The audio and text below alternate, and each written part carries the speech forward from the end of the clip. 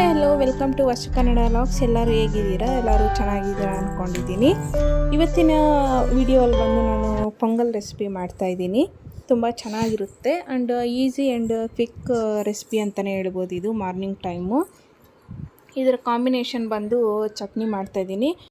ಈಗ ಪೊಂಗಲ್ ಮಾಡೋದಕ್ಕೆ 1 ಕಪ್ಪು ಹೆಸರುಬೇಳೆ ತೊಗೊಂಡಿದ್ದೀನಿ.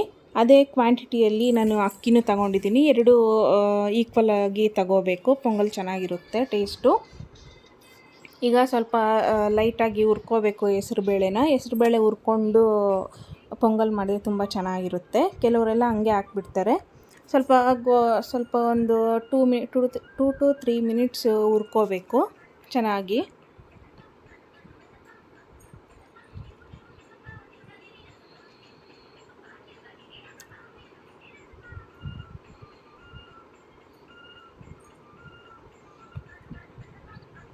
ಈಗ ಹುರ್ಕೊಂಡಾಯಿತು. ಈಗ ಕುಕ್ಕರ್ಗೆ ಟ್ರಾನ್ಸ್ಫರ್ ಮಾಡ್ಕೊತಾ ಇದ್ದೀನಿ.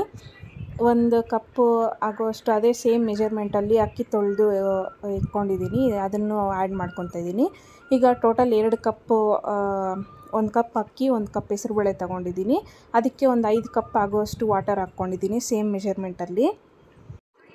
ಈಗ ಒಂದು 3 to 4 ವಿಷಲ್ಸ್ ಬರಲಿ, ಚೆನ್ನಾಗಿ ಸಾಫ್ಟ್ ಆಗಬೇಕು. ಪೊಂಗಲ್ ತುಂಬ ಚೆನ್ನಾಗಿರುತ್ತೆ ತಿನ್ನೋದಕ್ಕೂ. ಆ್ಯಂಡ್ ಮತ್ತು ಈಗ ಒಗ್ಗರಣೆಗೆ ಏನೇನು ಬೇಕು ಅಂತ ಇಂಗ್ರೀಡಿಯೆಂಟ್ಸ್ ಇದು. ಪೊಂಗಲ್ಗೆ ಸ್ವಲ್ಪ ಆಯಿಲ್ ತೊಗೊಂಡಿದ್ದೀನಿ, ಕರಿಬೇವು, ಸಾಸಿವೆ ತೊಗೊಂಡಿದ್ದೀನಿ, ಸ್ವಲ್ಪ ಪೆಪ್ಪರು, ಜೀರಿಗೆ. ಇದು ಒಗ್ಗರಣೆಗೆ ಅಂತ ಈರುಳ್ಳಿ, ಕರಿಬೇವು, ಚಟ್ನಿ ಒಗ್ಗರಣೆಗೆ ನಾನು ತೊಗೊಂಡಿದ್ದೀನಿ. ಸ್ವಲ್ಪ ಅರಿಶಿನ, ಗೋಡಂಬಿ ಆಪ್ಷನಲ್ಲು. ಈಗ ಚಟ್ನಿ ರೆಸಿಪಿನೂ ನಾನು ಮುಂಚೆನೇ ತೋರಿಸಿದ್ದೀನಿ, ಅದಕ್ಕೆ ಇದರಲ್ಲಿ ಏನು ತೋರ್ಸೋಕ್ಕೆ ಹೋಗ್ತಿಲ್ಲ ಚಟ್ನಿ ರೆಸಿಪಿ. ನಿಮಗೆ ಚಟ್ನಿ ರೆಸಿಪಿ ಏನಾದರೂ ಬೇಕು ಅಂದರೆ ನಾನು ಆಲ್ರೆಡಿ ಅಪ್ಲೋಡ್ ಮಾಡಿದ್ದೀನಿ ಹೇಗೆ ಮಾಡೋದು ಅಂತ. ಬಟ್ ಅದರಲ್ಲಿ ಕಾಯಿ ಹಾಕಿದ್ದೀನಿ, ಇದರಲ್ಲಿ ಕಾಯಿ ಹಾಕ್ದಿರ ಮಾಡಿದ್ದೀನಿ. ಈಗ ಚಟ್ನಿಗೆ ಒಗ್ಗರಣೆ ಹಾಕ್ಕೊಂಡೆ, ರೆಡಿ ಆಯಿತು ಚಟ್ನಿನೂ. ಈಗ ಪೊಂಗಲ್ಲು ನೋಡಿ ಸಾಫ್ಟಾಗಿ ಎಲ್ಲ ಈಕ್ವಲಾಗಿ ಕುಕ್ ಆಗಿದೆ ಎಲ್ಲನೂ. ನಿಮ್ಗೆ ಇನ್ನೂ ನೀರು ಬೇಕು ಅಂದರೆ ಸ್ವಲ್ಪ ಬಿಸಿನೀರು ಕಾಯಿಸ್ಕೊಂಡು ಆ್ಯಡ್ ಮಾಡ್ಕೊಳ್ಳಿ. ತಣ್ಣೀರು ಹಾಕಿದ್ರೆ ಒಂಥರ ಪೊಂಗಲ್ ಚೆನ್ನಾಗಿರಲ್ಲ. ನಿಮಗೆ ವಾಟರ್ ಬೇಕು ಅಂದರೆ ಬಿಸಿನೀರು ಆ್ಯಡ್ ಮಾಡ್ಕೊಳ್ಳಿ. ಸ್ವಲ್ಪ ಗಟ್ಟಿಯಾಗಿರೋದಕ್ಕಿಂತ ನೀರಾಗಿದ್ದರೆ ಪೊಂಗಲ್ಲು ತುಂಬ ಚೆನ್ನಾಗಿರುತ್ತೆ ತಿನ್ನೋದಕ್ಕೆ. ಈಗ ಒಗ್ಗರಣೆಗೆ ಸ್ವಲ್ಪ ಪ್ಯಾನ್ ಇಟ್ಕೊಂಡು ಆಯಿಲ್ ಹಾಕ್ಕೊಂಡಿದ್ದೀನಿ. ಒಗ್ಗರಣೆಗೆ ಸ್ವಲ್ಪ ಆಯಿಲ್ ಇಟ್ಟಾದಮೇಲೆ ಸಾಸಿವೆ ಹಾಕ್ಕೊಳ್ಳಿ. ಈಗ ಸಾಸಿವೆ ಚಿಟ್ಪಟ್ಟಂದಮೇಲೆ ಸ್ವಲ್ಪ ಗೋಡಂಬಿ ಹಾಕ್ಕೊತಾ ಇದ್ದೀನಿ. ಅದು ಗೋಲ್ಡನ್ ಬ್ರೌನ್ ಬರೋವರೆಗೂ ಸ್ವಲ್ಪ ಫ್ರೈ ಮಾಡ್ಕೊಳ್ಳಿ.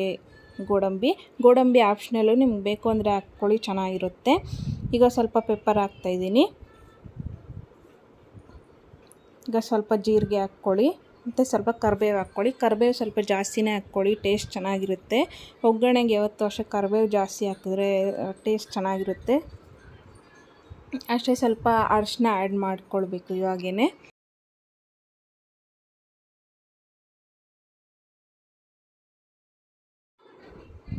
ಒಂದು ಸ್ವಲ್ಪ ಅರಿಶಿನ ಹಾಕಿದ್ಮೇಲೆ ಒಂದು ಸ್ವಲ್ಪ ಮಿಕ್ಸ್ ಮಾಡ್ಕೊಳ್ಳಿ ಒಂದು ಸರಿ.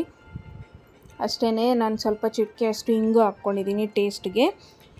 ಇದು ಆಪ್ಷನಲ್ಲು, ನಿಮ್ಗೆ ಬೇಕು ಅಂದರೆ ಹಾಕ್ಕೊಳ್ಳಿ, ಹೆಲ್ತಿಗೆ ತುಂಬ ಒಳ್ಳೆಯದು ಹಿಂಗೆ ಯೂಸ್ ಮಾಡೋದ್ರಿಂದ. ಅಷ್ಟೇ, ಒಗ್ಗರಣೆ ಆಯಿತು. ಈಗ ನೋಡಿ ನಾನು ಬಿಸಿನೀರು ಇಕ್ಕಿದ್ದೀನಿ, ಯಾಕೆಂದರೆ ಸ್ವಲ್ಪ ಪೊಂಗಲ್ ಗಟ್ಟಿಯಾಗಿತ್ತು, ಅದಕ್ಕೆ ಸ್ವಲ್ಪ ಬಿಸಿನೀರು ಆ್ಯಡ್ ಮಾಡ್ಕೊಳ್ಳೋ ಅಂತ ಬಿಸಿನೀರು ಇಕ್ಕಿದ್ದೀನಿ. ಈಗ ಒಗ್ಗರಣೆ ಇದಕ್ಕೆ ಟ್ರಾನ್ಸ್ಫರ್ ಮಾಡಿಕೊಂಡ್ರೆ ಪೊಂಗಲ್ ರೆಡಿ ಆಗುತ್ತೆ. ನೋಡಿ ಸ್ವಲ್ಪ ಗಟ್ಟಿಯಾಗಿದೆ. ನಾನು ವಾಟರು 5.5 ಕಪ್ಪೇ ಹಾಕಿದ್ದೆ ನಾನು, ಆದರೂ ಸ್ವಲ್ಪ ಗಟ್ಟಿ ಬಂದಿದೆ ಪೊಂಗಲ್ಲು. ನೀವು ಬೇಕಂದರೆ 6 ಕಪ್ಸ್ ಹಾಕ್ಕೋಬೋದು. ಈಗ ರುಚಿಗೆ ತಕ್ಕಷ್ಟು ಉಪ್ಪು ಹಾಕ್ತಾಯಿದ್ದೀನಿ. ಈಗ ನೋಡಿ ಬಿಸಿನೀರು ಆ್ಯಡ್ ಮಾಡ್ಕೊಂಡಿದ್ದೀನಿ ನಾನು. ಸ್ವಲ್ಪ ನೀರಿದೆ ಪೊಂಗಲ್ಲು, ಚೆನ್ನಾಗಿರುತ್ತೆ ತಿನ್ನೋಕ್ಕೆ ಈ ಥರ ಇದ್ದರೆ. ಅಷ್ಟೇ, ನಿಮಗೆ ಲಾಸ್ಟಲ್ಲಿ ಉಪ್ಪು ಎಷ್ಟು ಬೇಕೋ ಅಷ್ಟು ಹಾಕ್ಕೊಂಡು ಸ್ವಲ್ಪ ನೀರು ಹಾಕಿರೋದ್ರಿಂದ ನಾನು ಒಂದು ಸ್ವಲ್ಪ ಮಿಕ್ಸ್ ಮಾಡ್ಕೊತಾ ಇದ್ದೀನಿ. ಟೇಸ್ಟ್ ಅಂತೂ ತುಂಬ ಚೆನ್ನಾಗಿತ್ತು. ನೀವು ಒಂದು ಸರಿ ಟ್ರೈ ಮಾಡಿ ನಿಮ್ಮ ಮನೆಯಲ್ಲಿ. ಈಗ ಇದಕ್ಕೆ ಕಾಂಬಿನೇಷನ್ ಬಂದು ಚಟ್ನಿ ಮಾಡಿದ್ದೀನಿ. ಚಟ್ನಿನೂ ತುಂಬ ಚೆನ್ನಾಗಿತ್ತು. ಹಸಿಮೆಣ್ಸಿನ್ಕಾಯಿ ಹಾಕಿ ಮಾಡಿದ್ದೀನಿ ಕಾಂಬಿನೇಷನ್ ಇದು. ಕೆಲವರು ಹುಣಸೆ ಹಣ್ಣು ಗೊಜ್ಜು ಮಾಡಿಕೊಂಡು ಕಾಂಬಿನೇಷನ್ ಆಗಿ ತಿಂತಾರೆ, ಅದು ತುಂಬ ಚೆನ್ನಾಗಿರುತ್ತೆ. ನಮ್ಮ ಮನೆಯಲ್ಲಿ ಚಟ್ನಿನೇ ಇಷ್ಟಪಡ್ತಾರೆ, ಅದಕ್ಕೆ ಈಗ ಸರ್ವ್ ಮಾಡಿ ಕೊಟ್ಟಿದ್ದೀನಿ. ಸ್ವಲ್ಪ ತುಪ್ಪ ಹಾಕ್ಕೊಂಡ್ರೆ ಇನ್ನೂ ಚೆನ್ನಾಗಿರುತ್ತೆ. ಸೊ ತುಪ್ಪ ಬೇಕು ಅಂದರು, ಅದಕ್ಕೆ ತುಪ್ಪ ಹಾಕ್ತಾಯಿದ್ದೀನಿ. ನಿಮ್ಗೆ ಈ ವಿಡಿಯೋ ಇಷ್ಟ ಆದರೆ ಲೈಕ್ ಮಾಡಿ, ಶೇರ್ ಮಾಡಿ, ಸಬ್ಸ್ಕ್ರೈಬ್ ಮಾಡೋದನ್ನು ಮರಿಬೇಡಿ. ಹಾಗೆ ನಿಮ್ಮ ಮನೆಯಲ್ಲೂ ಖಂಡಿತ ಟ್ರೈ ಮಾಡಿ ಹೇಗೆ ಬಂತು ಅಂತ ಕಮೆಂಟ್ ಮಾಡಿ ಫ್ರೆಂಡ್ಸ್ ನನಗೆ. ಮತ್ತು ಇದೇ ಥರ ಇನ್ನೊಂದು ರೆಸಿಪಿ ಜೊತೆ ಇನ್ನೊಂದು ವಿಡಿಯೋಲ್ಲಿ ಸಿಗ್ತೀನಿ. ಧನ್ಯವಾದಗಳು.